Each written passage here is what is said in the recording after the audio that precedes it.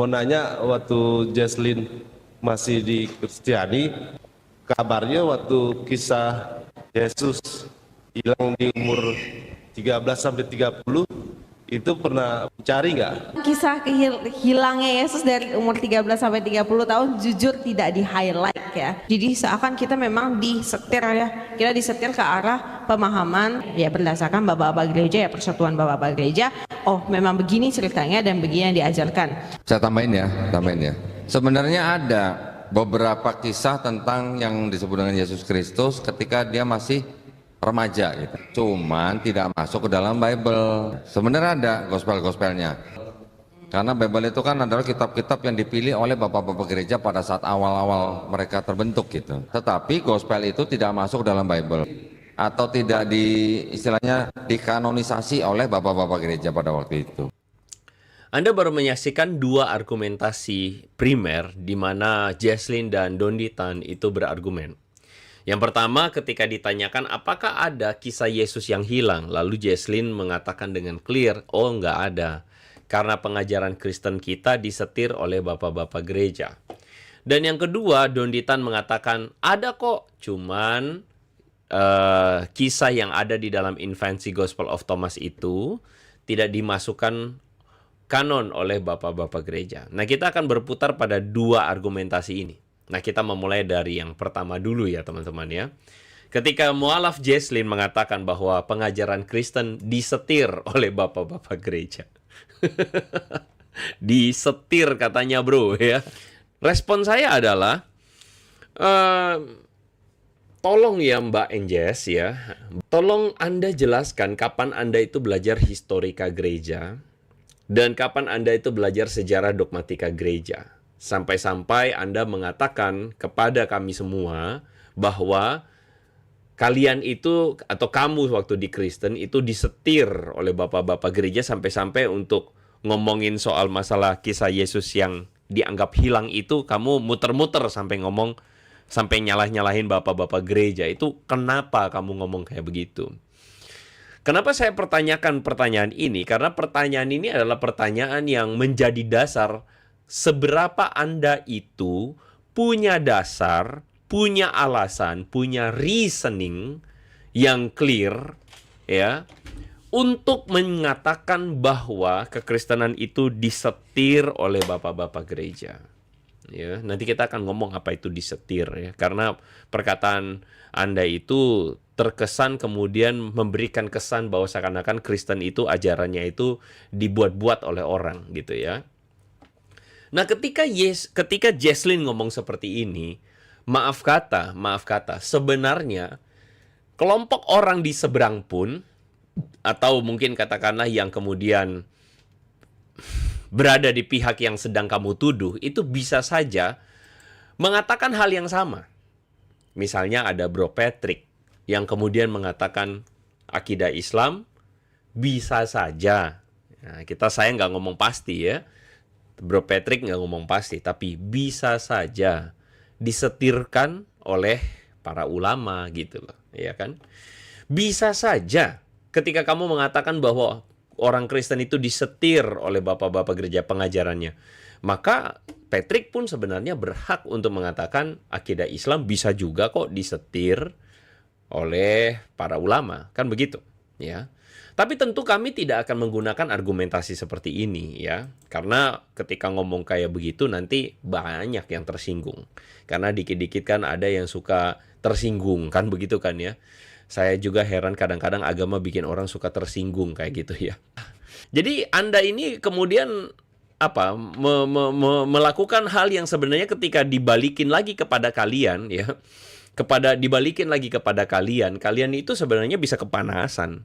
Karena apa yang Bro Patrick katakan beralasan juga. Cuman yang kami aware adalah kalian suka tersinggung kan gitu kan. Oke, sini saya jelasin deh gitu ya. Saya jelasin. Ketika Jesslyn mengatakan disetir oleh bapak-bapak gereja, maka saya rasa saya perlu menjelaskan kepada teman-teman semua bahwa apa sih perbedaan antara kita sama mereka. Jadi kalau kita ngomong tentang ajaran kekristenan atau Injil, maka kita akan menemukan bahwa Injil kredo, pengakuan iman orang Kristen itu diturunkan secara turun-temurun. Misalnya Paulus yang mereka suka anggap sebagai pencipta ajaran Kristen atau agama Kristen, itu adalah argumentasi bodoh dari orang yang menganggap diri pinter ya. Paulus sendiri dalam 1 Korintus pasal yang ke-15 ayat yang ketiga mengatakan, sebab yang sangat penting telah kusampaikan kepadamu, yaitu apa yang telah kuterima sendiri. Perhatikan ini baik-baik. Apa yang telah kusampaikan, ini yang sangat penting, adalah apa yang telah kuterima, kata Paulus. Jadi Paulus itu tidak menemukan sendiri berita yang dia sampaikan. Atau Paulus itu tidak ciptakan sendiri berita yang dia sampaikan. Tetapi Paulus meneruskan. Anda tahu apa itu meneruskan? Melanjutkan atau pass it on. Ya. Jadi Paulus itu memberikan lebih lanjut atau meneruskan ajaran yang diturunkan kepada dia.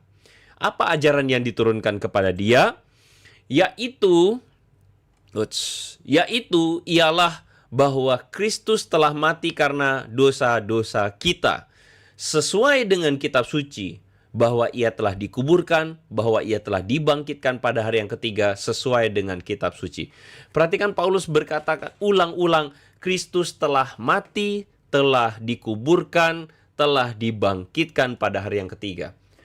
Jadi ini adalah kredo atau pengajaran para rasul yang diturunkan turun-temurun formulanya. Clear. Yesus mati, Yesus dikuburkan, Yesus dibangkitkan pada hari yang ketiga. Dan itu adalah sesuatu yang diteruskan turun-temurun sesuai dengan kitab suci. Tapi tiba-tiba ada seorang bocil yang tiba-tiba datang dan ngomong sama kita bahwa Paulus salah.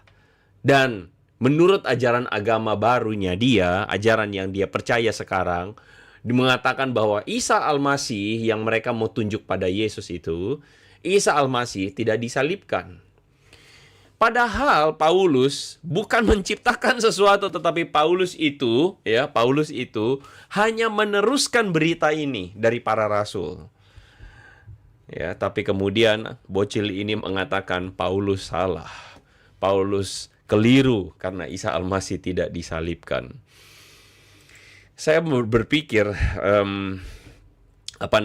Paulus kalau misalnya dengerin perkataan Jesslyn hari ini, maka Paulus kemudian ngomong, ada bocil pengikut ajaran abad ke-6. Karena teman-teman, kekristenan itu ada di abad pertama dan kemudian diturunkan turun-temurun, dan Paulus ketika menuliskan surat 1 Korintus, kira-kira yang pasti Paulus tetap masih ada dalam abad pertama, teman-teman, kira-kira mungkin sekitar 10 tahun atau kurang lebih sesudah peristiwa Kristus, begitu ya. Jadi tiba-tiba muncul begitu saja ada ajaran abad ke-6 yang kemudian tiba-tiba keluar lalu mengatakan bahwa Yesus tidak mati, tidak disalibkan, dan sebagainya. Ya, kalau menurut saya, ini adalah sesuatu sikap atau tindakan yang melawan logika, melawan fakta historik, ya. Di mana para bapak gereja itu meneruskan dan memelihara ajaran Tuhan Yesus. Sebagaimana Paulus menurunkan atau meneruskan ajaran Kristus, maka para bapak gereja pun meneruskan ajaran Kristus. Jadi kalau misalnya ada seorang bocil yang muncul hari ini lalu mengatakan pengajaran Kristen disetir oleh bapak-bapak gereja, bagi saya ini adalah tindakan seorang bocah yang banyak tingkah tanpa sadar diri, begitu ya.